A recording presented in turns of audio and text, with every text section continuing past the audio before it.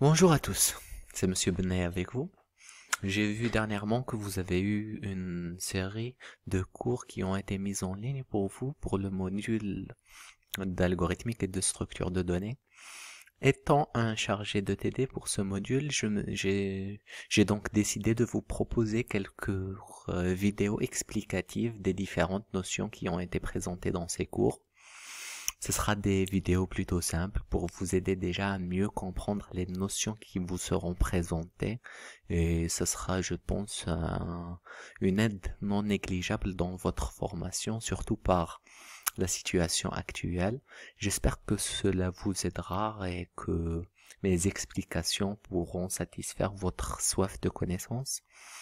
Nous allons donc commencer par le chapitre 1 de ce que devait être le semestre 2, et donc qui traite des actions paramétriques. La définition proposée dans votre document est qu'une action paramétrique est une structure d'une ou de plusieurs actions en une seule. On lui associe un identificateur qui permet de la référencer dans le corps de l'algorithme. Pour avoir enseigné algorithmique et structure de données pendant plusieurs années, je pense que très peu d'entre vous ont peut-être compris ou ont réussi à comprendre efficacement ce que veut dire cette définition. Donc je vais essayer de vous faire comprendre d'une manière un peu plus simple comment on en est venu aux actions paramétriques.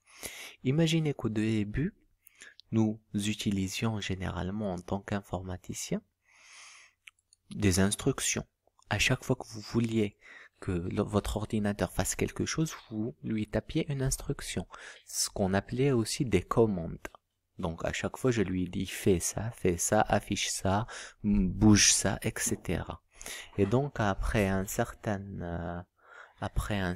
temps, on a commencé qu'au lieu, comme sur par exemple votre CMD, votre fenêtre de commande ou MS-DOS avant, de voir à chaque fois qu'on veut faire des choses, écrire toutes les commandes nécessaires, on a commencé à créer des fichiers qui contenaient des commandes. On a appelé ça des batchs, d'accord? C'est des scripts batch et c'était le début de la programmation.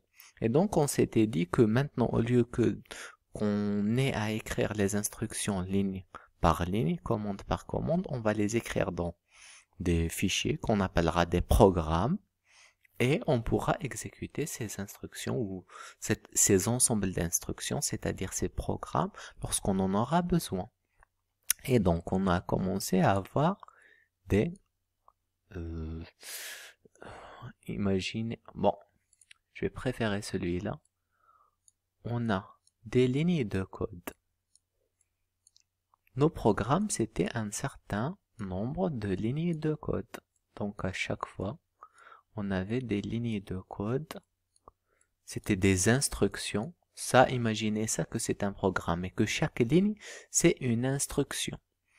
Donc on a la première instruction, deuxième instruction, troisième instruction, etc. On ne sait pas exactement combien d'instructions on peut avoir jusqu'à la fin de votre programme. Et on utilisait ça et on était déjà content. Donc on faisait des programmes qui étaient plutôt longs parfois, ça dépend ce qu'on voulait en faire, mais généralement oui, c'était des programmes assez longs et qui n'étaient en réalité qu'une succession d'instructions les unes après les autres. Mais comme un bon informaticien est feignant, et j'ai l'impression que la plupart d'entre vous ne le sont pas, feignants je l'espère au moins, mais bon, les informaticiens en général essayent toujours de trouver le moyen le moins coûteux en énergie pour faire quelque chose. Et donc, ils essayent de trouver des solutions pour moins écrire, pour limiter leur code. C'est pas juste pour ne pas travailler, mais aussi pour un grand nombre de raisons, parmi lesquelles les probabilités d'erreur. Vous savez que votre probabilité de faire une erreur, c'est un 0%, un 1%, 2%, etc. C'est des pourcentages. Et donc, plus le nombre de lignes que vous allez écrire est grand, et plus vous allez avoir d'erreurs dans votre code. C'est normal. Si vous avez un code qui marche dès la première fois, sans aucune erreur, faut vous poser des questions. Ça arrive très rarement. Et donc, qu'est-ce qu'on s'est rendu compte en tant qu'informaticien?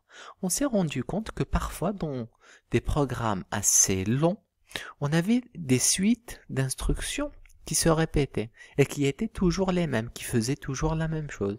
Par exemple, je vais dire que ces trois instructions-là se répètent là, et disons là par exemple. Je vais dire que ces trois instructions-là, c'est toujours les mêmes. Elles font toujours la même chose. Et donc à trois endroits différents de mon code, j'écris les mêmes instructions et elles font toujours la même chose. Donc c'est une répétition, c'est une redondance. Ça ne me pose pas plus de problèmes que ça si ça marche. Mais le gros problème, c'est que si ça marche pas, si j'ai une erreur quelque part, est-ce que je peux la trouver facilement? Et même si oui, je trouve mon erreur facilement, est-ce que je vais pouvoir la corriger à tous les endroits où j'ai copié, on va dire, ces instructions? Imaginez que vous avez une erreur sémantique là, et quand je dis une erreur sémantique, c'est-à-dire une erreur qui n'est pas signalée par votre compilateur. Donc si je vois que j'ai une erreur sémantique là, à un certain moment, je vais peut-être pouvoir la corriger. Mais est-ce que je me souviendrai de tous les endroits où j'ai utilisé ces trois instructions? C'est-à-dire celle ici, et peut-être à d'autres endroits, peut-être. Donc, ça pose un problème en termes... Je peux, par exemple, corriger là et oublier celle-là. Et ça fera que mon programme dans sa globalité ne marche pas. Ça pose aussi problème en termes de mise à jour. Si par exemple, disons que ces trois opérations, c'est un calcul de TVA pour des produits. Si la loi change et que la TVA, la manière de calculer la TVA change, je vais devoir modifier ce calcul à tous les endroits de mon code où je le fais. Imaginez pour les anciennes applications de facturation ou autre, je devais chercher tous les endroits où la facturation est calculée et où une facture est calculée et modifier le système de calcul de TVA. Imaginez que j'oublie certains endroits.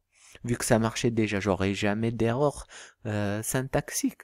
Même, ce sera des erreurs sémantiques et il faudra faire beaucoup de tests pour vérifier et être sûr que j'ai couvert tout mon code et j'ai fait les modifications partout. Donc, qu'est-ce qu'on s'est dit? On s'est dit qu'au lieu de faire ça, que c'était un peu bête de réécrire les mêmes choses à chaque fois, qu'est-ce qu'on allait faire? On allait prendre ces trois-là, par exemple. On allait prendre ces trois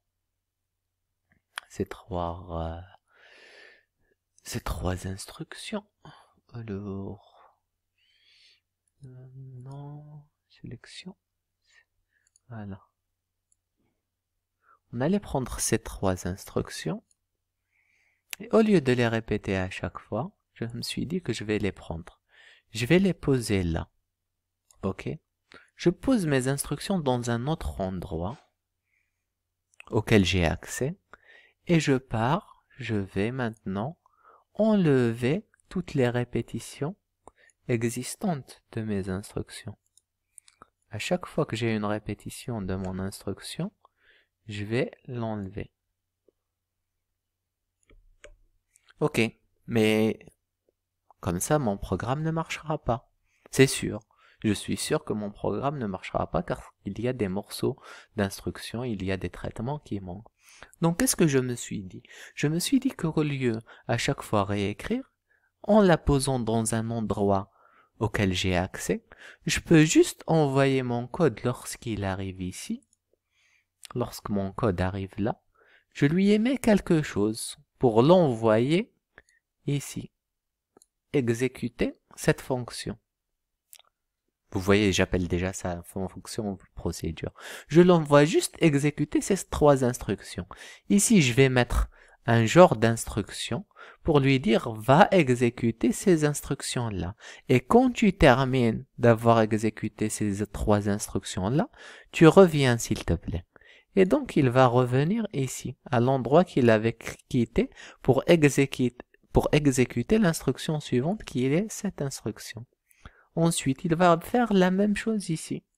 Arrivé là, il va trouver un genre d'instruction, ou plutôt une instruction, qui va l'envoyer encore une fois exécuter ces trois instructions-là, et qui va le ramener à la fin de l'exécution, pour qu'il finisse d'exécuter mon programme. Même chose ici. Arrivé là, il va trouver une instruction qui l'envoie au tout début de ces trois instructions, les exécuter, et qui les ramène à la fin. Donc il va revenir ici et exécuter la suite de ces programmes, ou du programme. Vous voyez que maintenant on garde exactement la même logique d'exécution, c'est-à-dire que j'ai exécuté le début de mon programme, les trois instructions, deux instructions, j'ai encore exécuté trois instructions, ces instructions et encore ces trois instructions. C'est comme si j'avais copié les trois instructions ici à ces endroits, comme cela a été tout à l'heure. Mais l'avantage ici, c'est que je n'ai pas réécrit la même chose trois fois. J'ai mes trois instructions écrites une seule fois et à un seul endroit. Et c'est ce qu'on appelle une action paramétrée. D'accord? Donc ça, c'est un groupe. Elle peut contenir une action, une instruction, plusieurs instructions, que je vais mettre de côté dans un endroit auquel j'ai accès, un fichier ou etc. Et auquel je pourrais faire appel à chaque fois que j'en aurai besoin. Donc à chaque fois que j'ai besoin d'exécuter ces instructions, je fais appel à cette instruction paramétrique, ou cette action paramétrée. Je l'exécute et je reviens pour continuer normalement mon exécution. Le gros avantage, c'est que, revenons à notre exemple de TVA. Si cette manière de calculer la TVA change, maintenant, dans ce cas de figure et en utilisant les actions paramétrées, je n'aurai qu'à modifier une seule fois ici la manière dont la TVA est exécutée. Et vu que aux autres endroits, ce n'est pas une copie, mais juste un appel. C'est une instruction qui va m'envoyer exécuter ces trois-là et revenir. Donc, je n'aurai pas à rechercher tous les endroits où j'avais écrit mes instructions et les modifier. Je les modifie une seule fois, que ce soit pour des erreurs ou bien pour une mise à jour ou une maintenance. Et donc, c'est là le principal intérêt lié à l'utilisation des actions paramétriques. Et donc, là, pour utiliser les actions paramétriques, on va écrire notre action paramétrique. Et à chaque fois qu'on en aura besoin, on va écrire ce qu'on appelle un appel à l'action paramétrique. C'est la flèche là. C'est ce qui m'envoie exécuter l'action paramétrée. Et c'est ce qui me ramène lorsque j'ai fini d'exécuter cette action paramétrée. Et donc une action paramétrée, c'est un genre de sous-algorithme, c'est un genre de petite partie d'algorithme qui, comme un algorithme normal, a deux sous-parties, une partie de déclaration et une partie d'action. Dans la déclaration, je vais déclarer toutes les variables dont j'aurai besoin, et dans la partie action, je vais mettre les instructions que je vais exécuter. Donc là, normalement, pour vous, c'est simple. Action, c'est juste un mot-clé pour dire que ça sera une action paramétrique ou paramétrée. Partie déclaration, c'est comme pour un algorithme, vous allez devoir déclarer vos variables là, en leur donnant des identifiants et les types de variables utilisées. La partie action, comme d'habitude, elle sera utilisée pour écrire vos instructions dont vous aurez besoin. Et donc, la seule chose qui diffère ici, c'est ce qu'on appelle la liste des paramètres. La liste des paramètres, c'est quoi? Lorsque on va faire appel à cette action paramétrée, d'accord? Elle est dans un endroit séparé de mon code principal. Elle est dans un autre environnement. Elle a un autre environnement d'exécution. On appelle ça l'environnement d'exécution, c'est-à-dire une autre mémoire, dans la mémoire centrale. Et donc, la mémoire centrale de Alors, excusez-moi, je fais mal les lignes. En utilisant la souris, c'est pas évident. Si je considère que ça, c'est la mémoire centrale, d'accord? Ça, c'est la mémoire centrale, d'accord? On va dire c'est la mémoire, la RAM qu'utilise chacun de ces programmes. Parce que en étant un sous-programme, elle a un espace mémoire qui lui est dédié. Donc, si j'appelle ça le programme principal et si j'appelle ça en action paramétrée, elles auront deux espaces de travail, deux espaces en mémoire différents. Et normalement, aucune ne peut accéder à celle de l'autre si je ne demande pas ça expressément. Et donc, si j'ai des variables ici, x, des variables x, y, etc. L'action paramétrée ici n'aura pas accès à ces variables. Elle ne pourra pas les modifier parce elles sont dans un espace mémoire qui n'est pas le sien. Donc, à quoi ça va me servir d'avoir une action paramétrée qui sera soit une fonction, soit une procédure, si je ne peux pas interagir avec elle, si elle ne peut pas travailler sur mes données.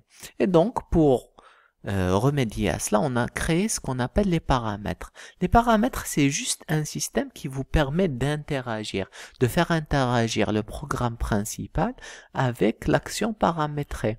Et donc, je peux, grâce aux paramètres, envoyer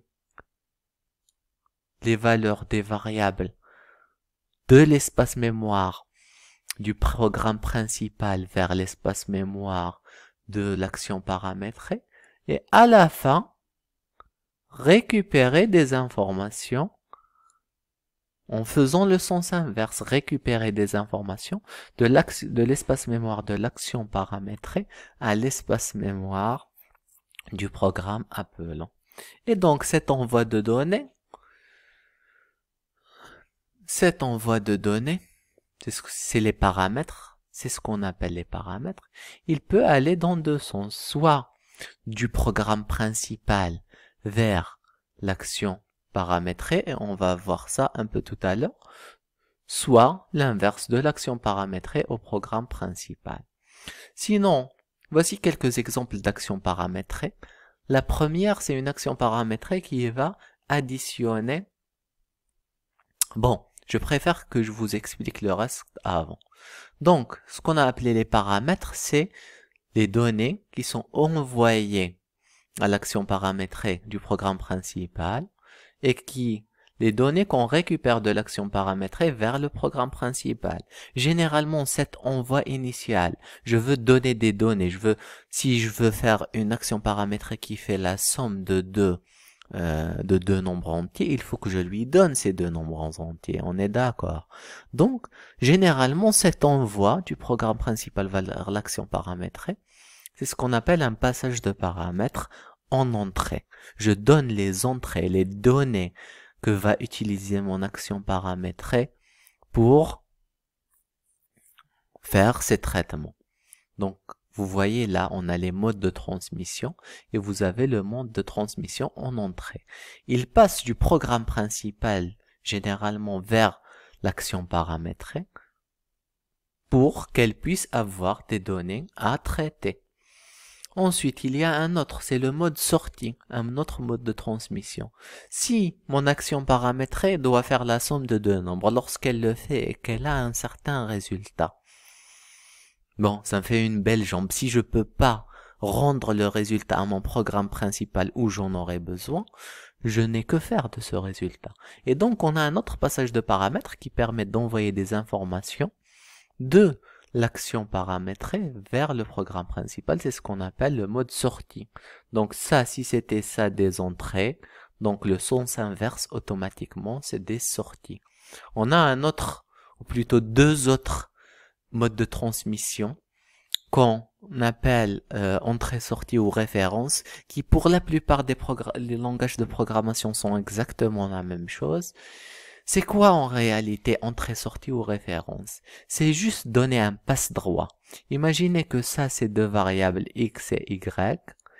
si j'ai quelque chose, si j'ai un programme qui ne va pas utiliser par exemple X et Y comme des données, mais qui va les traiter en elles-mêmes, d'accord? Si j'ai par exemple un tableau que je veux trier, je ne veux pas avoir un deuxième tableau qui sera comme le premier mais trié. Je veux trier le tableau que j'utilise actuellement.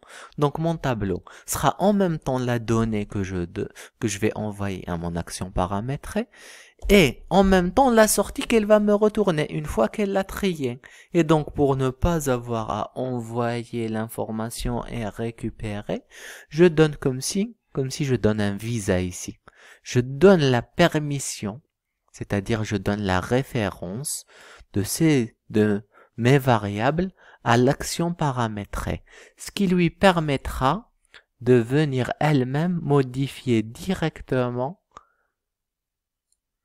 les valeurs des variables dans le programme, dans l'espace mémoire du programme principal, d'accord? C'est comme si on a détourné cette séparation, cette règle qui m'interdit qu'une action paramétrée ne touche par exemple des variables du programme principal. Là, sur votre document, on vous parle de variables globales et variables locales. Ça peut être utilisé. Ça veut dire quoi généralement? Une variable globale, c'est une variable qui sera visible par toutes les actions paramétrées. Donc, que ce soit la fonction appelante ou appelée, toutes les actions paramétrées auront une vision de cette variable et on pourra la modifier. C'est comme si c'est un espace public. Imaginez ça comme un espace public, un tableau dans un espace public que tout le monde peut venir et modifier à sa guise, lire, écrire, etc. Et les variables locales, par contre, c'est des variables qui sont propres à chaque action paramétrée.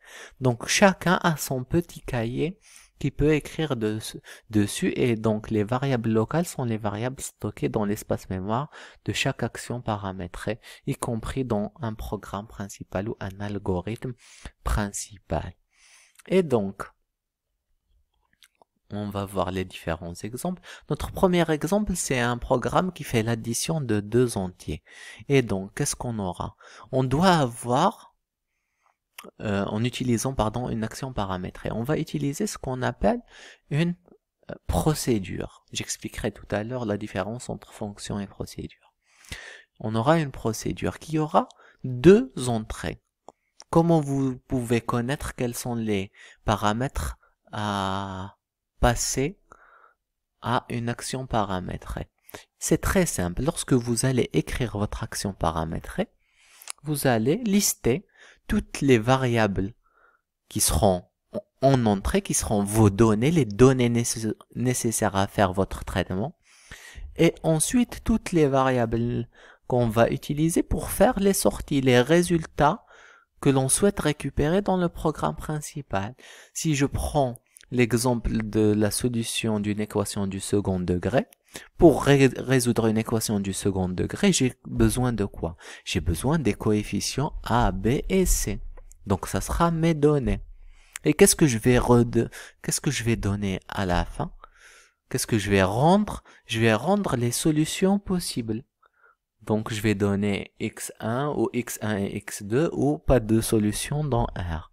Donc ça, c'est les retours. Le calcul de delta, par exemple, c'est un calcul intermédiaire. C'est une variable intermédiaire. Je ne vais pas la récupérer en donnée. Je ne vais pas la donner à la fin en sortie. Donc, ce sera une variable qui sera déclarée dans la partie déclaration de l'action paramétrée. Celles qui sont en entrée et sortie, c'est-à-dire les données et les résultats, elles sont déclarées ici, dans la liste des paramètres. Et donc, pour revenir à l'exemple de la somme de deux entiers, je veux une action paramétrique, ici une procédure qui me somme deux entiers. Donc, je vais avoir deux données, x et y, qui sont des paramètres passés en entrée. Donc, pourquoi? Parce que c'est des données et qui sont des entiers, et je vais avoir la somme, c'est le résultat, c'est un paramètre passé en sortie, c'est pour ça que c'est un résultat, je donne aussi son type. Ici, je n'ai rien dans la partie déclaration parce que je n'ai pas besoin de variable intermédiaire. Et donc, dans la partie action, je ne vais faire que sommer mes deux variables en entrée, mes deux données, les mettre dans la variable résultat. Donc, au début, x et y, ils vont être envoyés à mon action paramétrique.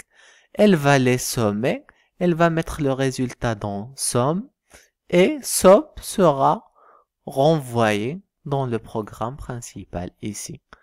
On a A et B. A et B, le contenu de A et B va être copié dans X et Y. Regardez parce que c'est le passage de paramètres ici.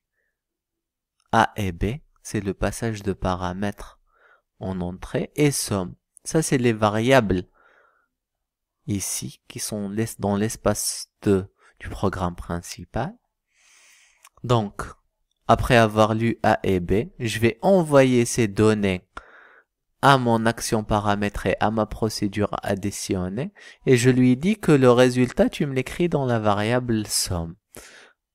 À ce moment-là, cette action paramétrée, qu'est-ce qu'elle va faire? Elle va venir ici, elle va copier A dans X, B dans Y, parce que c'est un passage de paramètres en entrée. Elle va faire son traitement, qui est les sommes, et le mettre dans somme. Puisque somme, c'est en sortie, et à la fin, lorsqu'elle arrive à la fin, elle va copier ce qu'il y a dans somme et le mettre dans somme avec un E. Et ensuite, on pourra écrire le résultat de l'addition. Même chose si je veux faire une addition de 1 à n. C'est la même chose, c'est exactement la même chose, rien ne change. Ici, je n'ai qu'une seule entrée, qu'une seule donnée, c'est n, et je vais rendre en sortie la somme. Donc, je fais un programme qui calcule la somme normalement. Donc, je prends n comme donnée et somme. La seule chose qui change ici, c'est que j'ai une variable intermédiaire i, qui n'est utilisée ni comme entrée ni comme sortie. Donc, je la déclare là. Et donc, j'initialise somme à 0. Pour i allant de 1 à n, faire quoi? Somme reçoit somme plus i. Ça va me sommer tous les entiers de 1 à n. Et vu que somme ici est déclarée comme sortie, lorsque je viens dans mon programme principal, je vais lire n du clavier. J'appelle ma procédure addition en lui donnant comme donnée la valeur de n et je lui dis que le résultat devra être mis dans somme. Donc, n sera envoyé ici, il sera récupéré, elle sera exécutée. Quand je sors de la boucle, la valeur de somme sera copiée dans somme avec E. Et donc, c'est assez simple d'utiliser les actions paramétrées. C'est juste prendre un code pour ne pas le répéter à chaque fois et le mettre dans un endroit et nous donner un moyen de l'appeler quand on en a besoin avec un simple appel. Les paramètres, par contre, c'est quelque chose de très important.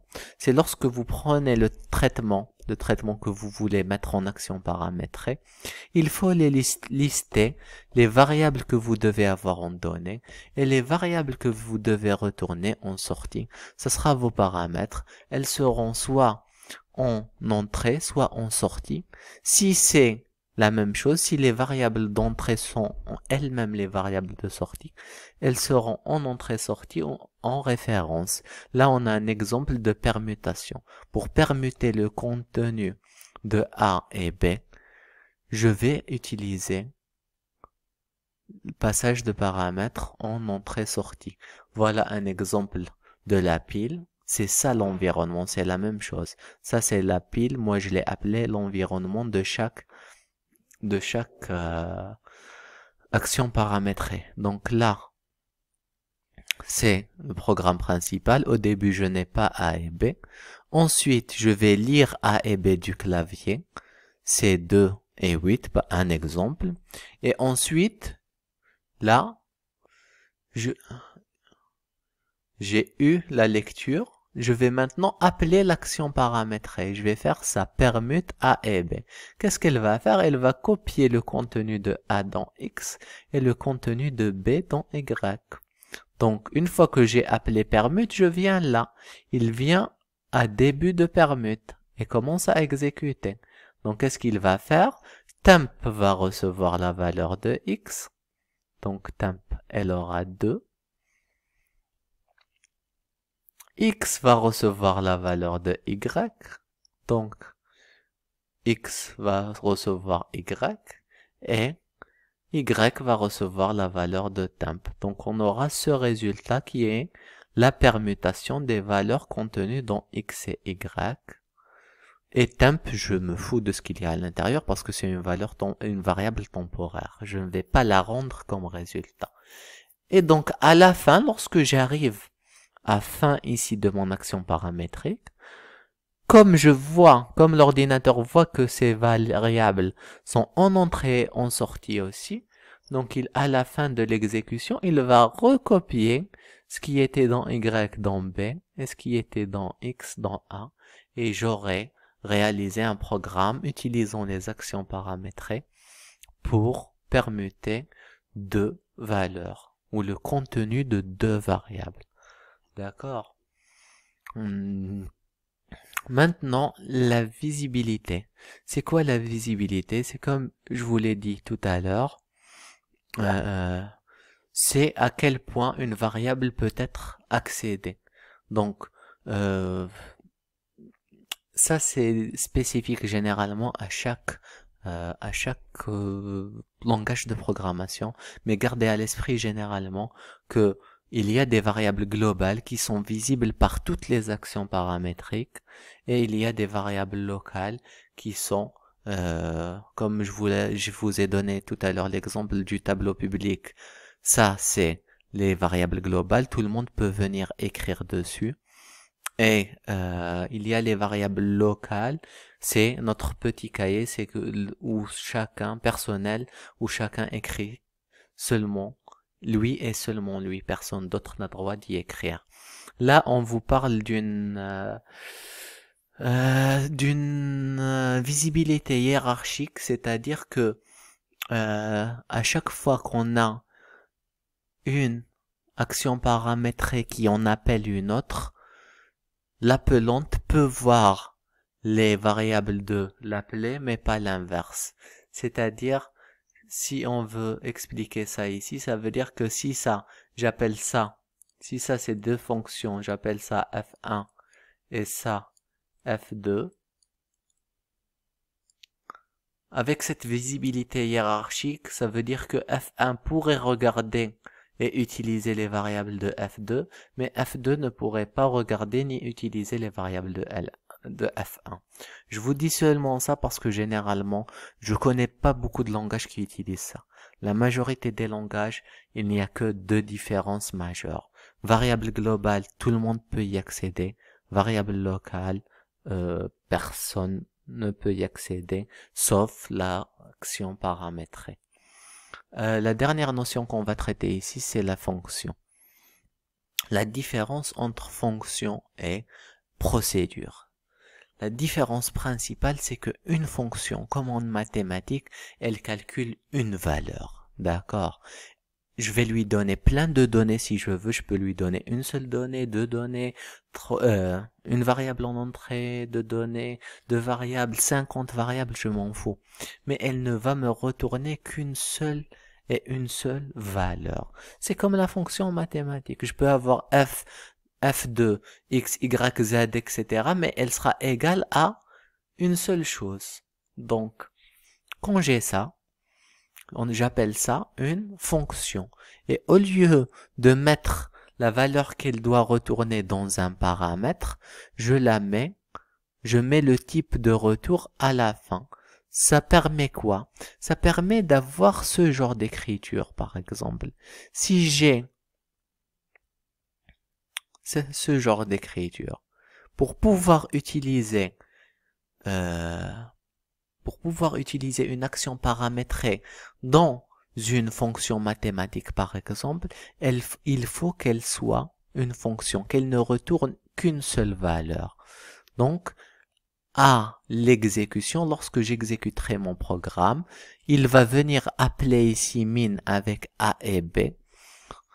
Elle va s'exécuter et à la fin, elle va retourner une valeur. Et donc le compilateur remplacera cet appel à min par la valeur retournée par min ici. La valeur de retour. Donc ça sera exactement un genre de fonction. Donc, la différence entre fonction et procédure, souvenez-vous-en, une fonction doit retourner une valeur. Elle doit retourner quelque chose, une somme qu'elle a calculée. Donc, il faut que ma fonction ait un type de retour. Donc, si ma fonction va rendre comme résultat un entier, à la fin de la définition de ma fonction, j'écris 2 points entiers. Si c'est un réel, j'écris 2 points réels, etc. D'accord. Une procédure, par contre. Une procédure, on lui demande pas forcément de retourner une valeur. Parce que on va pas l'inclure dans des instructions, dans d'autres instructions, comme un calcul mathématique ou une affectation. Une procédure, on peut juste l'appeler. Comme ici. Je vais l'appeler. Si j'ai besoin qu'elle me rende quelque chose comme sortie, je le fais à l'aide des paramètres, soit en entrée-sortie ici, soit ici en sortie, somme. Somme, dans tous les cas, c'était le résultat. Je peux, grâce aux procédures, avoir des instructions qui me rendent plusieurs résultats en même temps et pas qu'un seul. D'accord. Donc, les procédures, c'est généralement vous allez les utiliser lorsque vous allez faire des programmes ou des actions paramétrées qui vont rendre plusieurs valeurs ou qui vont seulement traiter quelque chose sans pour autant rendre une valeur.